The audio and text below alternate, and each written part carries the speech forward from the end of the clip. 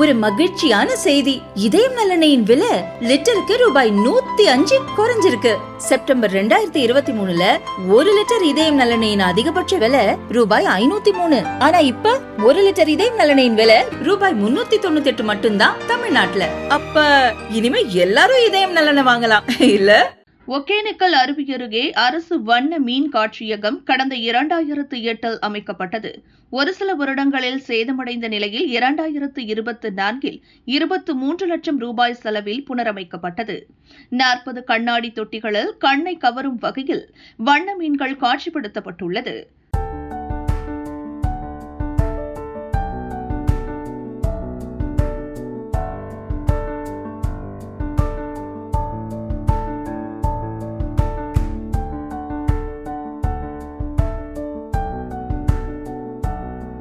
வண்ணமீன் காட்சியகத்தின் முன்புற வளாகத்தில் சுற்றுலா பயணிகள் ஓய்வு எடுக்கும் வகையில் சிமெண்ட் தளம் போடப்பட்டுள்ளது.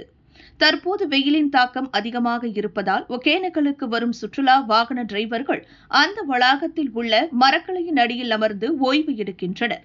இதனை பார்த்த அருங்காட்சியக ஊழியர்கள் அவர்களை ஒருமையில் பேசியுள்ளனர். இங்கு அமர்ந்தால் கட்டணம் வசூலிக்கப்படும் என எச்சரித்துள்ளனர்.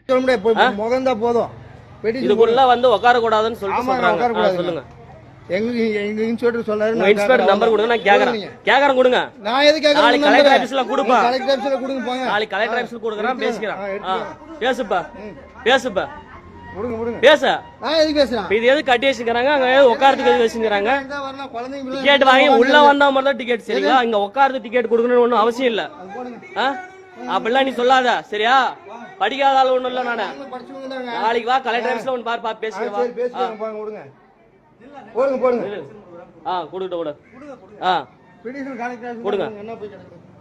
வண்டியில உட்கார கூடாதுன்னு வெயிலுக்கு நெவுல உட்காந்துக்கிறாங்க. என்ன பண்ணிட்டாங்க இப்ப? கொடு, அனுப்பு அனுப்பு. ஏமா உள்ள வந்தா மாதிரி கேட்கணும். இது பார்க்க மாதிரி கட்டி விடுறாங்க. நெவலுக்கு உட்காந்துக்கிறாங்க சரியா?